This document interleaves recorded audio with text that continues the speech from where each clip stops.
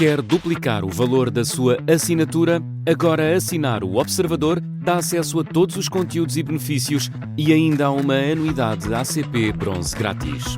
Terá vantagens que vão desde plano de saúde gratuito a descontos em combustível.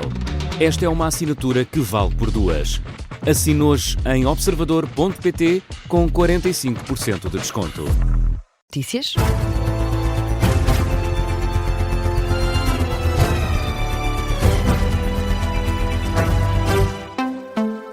Começa agora o Jornal das 7 com o jornalista João Gama. E João, o Governo espera que os serviços mínimos sejam cumpridos na greve geral de 11 de dezembro. A Ministra do Trabalho diz que para já não há razões para avançar com uma requisição civil. O Sindicato Nacional de Pessoal de Voo da Aviação Civil já disse que não ficaria surpreendido se o Governo avançasse de facto com uma requisição civil, rompendo com os serviços mínimos que estão ainda a ser negociados. São críticas que foram rejeitadas hoje pela Ministra Maria do Rosário Palma Ramalho em Bruxelas. A Ministra do Trabalho e da Segurança Social assegurou que o diálogo com os sindicatos continua. Não prevemos neste momento que haja requisição civil, não podemos prever a priori, como sabe, isso não é possível no nosso ordenamento jurídico. Esperamos que o cumprimento dos serviços mínimos torne absolutamente desnecessária qualquer requisição civil.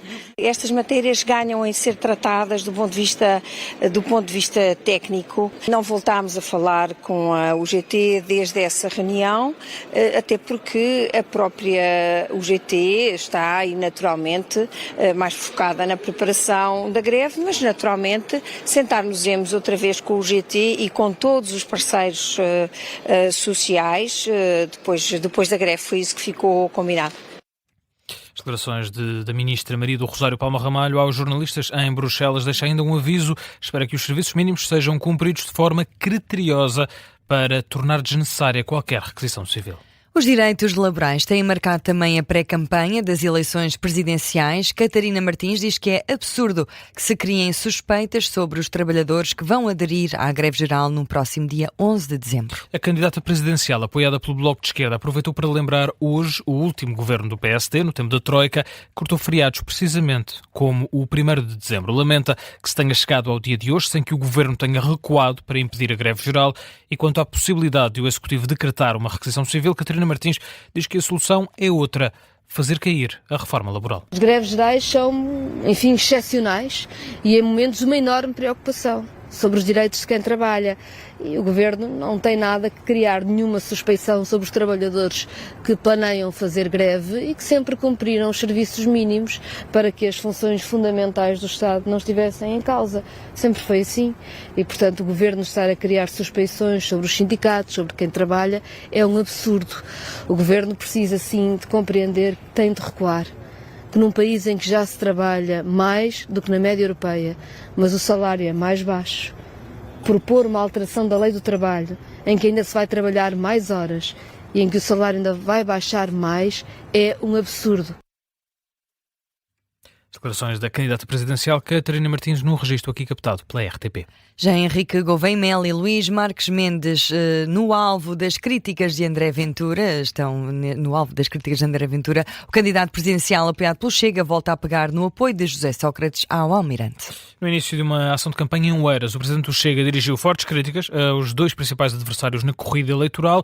Começou por colar o Almirante a José Sócrates. Uma coisa que não vamos ter de certeza, isto é diretamente para que o Gouveia Melo compreenda isto. Há uma coisa que não vamos ver de certeza. Não vamos ver a tralha socrática toda outra vez de volta na política portuguesa. Isso é que não vamos ver. Ainda hoje tivemos outras notícias para alguém que se pergunta assim, como é que vamos ficar? Olha, não vamos ficar com o Sócrates outra vez, isso não vamos. O Dr. Marcos Mendes é mesmo o representante daquilo que é o sistema político hoje, tal como o temos em cima da mesa, que é manter tudo como está, dizer que se vai mudar uma coisinha ou outra e manter a mesma teia de interesses, de negociatas, de negócios, de influências, que sempre houve desde o 25 de Abril e antes do 25 de Abril. As críticas de André Ventura, que defende que Portugal tem sido governado por pessoas que têm vergonha de afirmar a nação portuguesa, diz que essa é uma das principais diferenças entre o Chega e o PS e PSD. João Coutinho de Figueiredo alerta para a necessidade de acautelar a situação de mais de 500 mil portugueses e lusodescendentes que vivem na Venezuela. Um alerta deixado na sequência do bloqueio aéreo determinado pelos Estados Unidos da América à Venezuela, à margem de uma ação de campanha no Porto. O candidato lembra a quantidade de portugueses que vivem na Venezuela. Ainda assim, admite que quer o Presidente da República, quer o Governo tenham tomado as medidas certas. Há mais de meio milhão de portugueses e de lusodescendentes cuja situação tem que ser acautelada. Portanto, antes de grandes declarações ou proclamações sobre o que é o direito internacional e as intervenções que qualquer país pode ter sobre outro, ter a certeza, e isso, devo dizer, com algum agrado, que parece-me que quer o atual Presidente da República, quer o Ministério dos Negócios Estrangeiros, tem feito a preparação necessária para que essa comunidade esteja minimamente salvaguardada, sendo certo que aquele número de pessoas não poderá ser objeto de evacuação, por exemplo, portanto tem que ser acautelado de outra forma, sabendo, por exemplo, exatamente o que é que pode estar em risco nesta fase e em que zonas, em que regiões da Venezuela. O candidato presidencial, apoiado pela Iniciativa Liberal, em declarações aos jornalistas durante uma visita ao Mercado Natal da Cordoaria, na cidade do Porto. E na atualidade internacional, depois de ser recebido por Emmanuel Macron, Volodymyr Zelensky assume que a guerra da Ucrânia deve terminar o mais rapidamente possível. Uma declaração feita na conferência de imprensa conjunta com o presidente francês no final do encontro entre os dois chefes de Estado que aconteceu em Paris, no Palácio do Eliseu. Zelensky sublinha que os esforços de conversações de paz não podem recompensar a Rússia pela invasão da Ucrânia. O presidente ucraniano pede por isso um fim digno da guerra e garantias sólidas de segurança a longo prazo. Precisamos de garantir que a Rússia não sai a ganhar e que não recebe uma recompensa pela guerra. A guerra não deve ser uma questão de lucro para que os outros não repitam esses passos. O agressor deve pagar pela agressão. As declarações de Volodymyr Zelensky ao lado de Emmanuel Macron, que anunciou ter finalizado o trabalho sobre garantias de segurança. O presidente francês defende que a Ucrânia é o único país que tem legitimidade para discutir as questões territoriais num possível cessar-fogo e afirma que a Europa tem um papel a desempenhar nas negociações que estão a ser mediadas pelos Estados Unidos da América. Quando se fala de garantias de segurança, é um assunto que não pode ser discutido ou negociado sem que a Ucrânia, a quem pertence o território ucraniano, esteja ao redor da mesa e sem que os europeus e todos os aliados da coligação da boa vontade estejam ao redor da mesa. A Ucrânia é o único país com legitimidade para falar do seu território. Quando se fala de ativos russos, os países europeus e a União Europeia devem estar ao redor da mesa. Durante o encontro desta manhã no Palácio do Eliseu, os dois chefes de Estado conversaram com líderes europeus e também com os negociadores americanos e ucranianos. Para amanhã está agendada uma reunião entre o enviado dos Estados Unidos, Steve Witkoff, e Vladimir Putin. Vai acontecer em Moscou. Ainda na atualidade internacional, o Papa Leão XIV está de visita ao Líbano, uma visita ao Médio Oriente marcada por vários apelos à paz. Neste que é o 5º dia da primeira viagem internacional do seu pontificado, uma viagem que começou na passada quinta-feira na Turquia. Ontem o Papa viajou até ao Líbano, onde vai ficar até amanhã, está em Beirute. O Observador tem uma equipa de reportagem no terreno, Cátia Bruno, editora da editoria de internacional do Observador, e também o João Porfírio, editor de fotografia. O Papa Leão XIV teve hoje um encontro com milhares de jovens aos quais pediu que se focassem em apenas uma coisa, a paz na região. É o que nos conta o João Porfírio.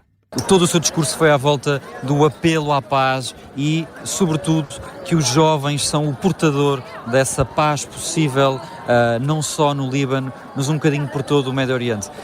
O Papa Leão, desde que chegou ao Líbano, a palavra paz não lhe sai da boca. De todos os seus discursos, o Papa Leão refere que a paz é das coisas mais importantes que o Médio Oriente precisa neste momento, sem nunca referir em particular aonde é que essa paz tem que ser exercida no pormenor, ou seja, sem referir Síria ou Iraque ou, sobretudo, o Líbano ou Israel.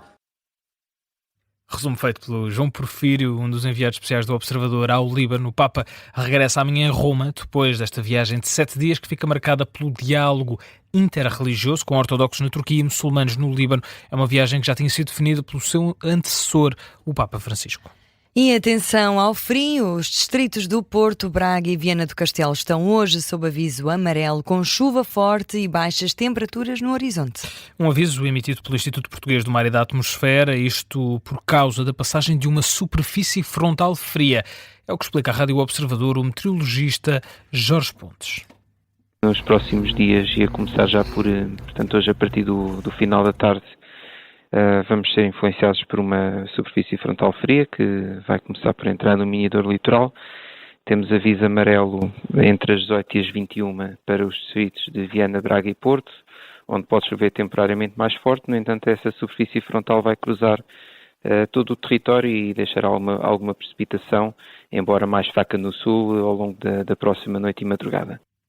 Há ainda 7 distritos sob aviso laranja devido à previsão da agitação marítima. A partir de amanhã, as ondas podem atingir os 11 metros. Há ainda a possibilidade de queda de neve, Rita, nos distritos da Guarda e de Castelo Branco.